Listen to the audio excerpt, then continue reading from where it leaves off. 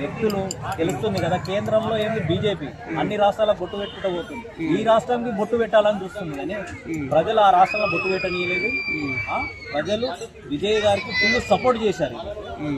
రేపు రాబోయే కాలంలో 2029లో ప్రధాని దిస్తారు. రాష్ట్ర ప్రజలందరూ కలిసి ఈ రాష్ట్రాన్ని ఏం చేయాలో చూపిస్తారని నేను అంటే విజయ్ ఫైనల్ గా ముఖ్యమంత్రి చేస్తాడంటారా? ఇదే విధంగా ఆయన్ని ట్విస్ట్ల మీద ట్విస్ట్లు ఇచ్చుకుంటూ వాయిదా వేసుకుంటూ ఆయన్ని సీఎం కాకుండా చేస్తారంటారా? రేపు సండే ఇట్లైన హాలిడే.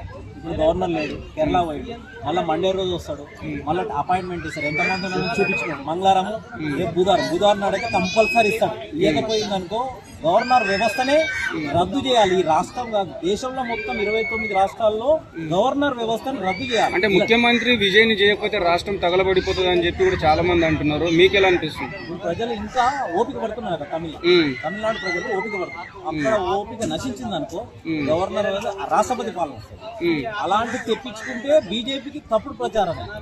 అలాంటివి కాకుండా వాళ్ళు ఏం చేస్తారంటే ఆటలు ఆడుతున్నారు. రేపు ఈ మండే నాడు అపాయింట్మెంట్ ఇస్తారు. నాకు తెలిసి బుధవారం నాడు ప్రమాణ స్వీకారం చేశారని నేను అనుకుంటున్నాను. Okay thank you.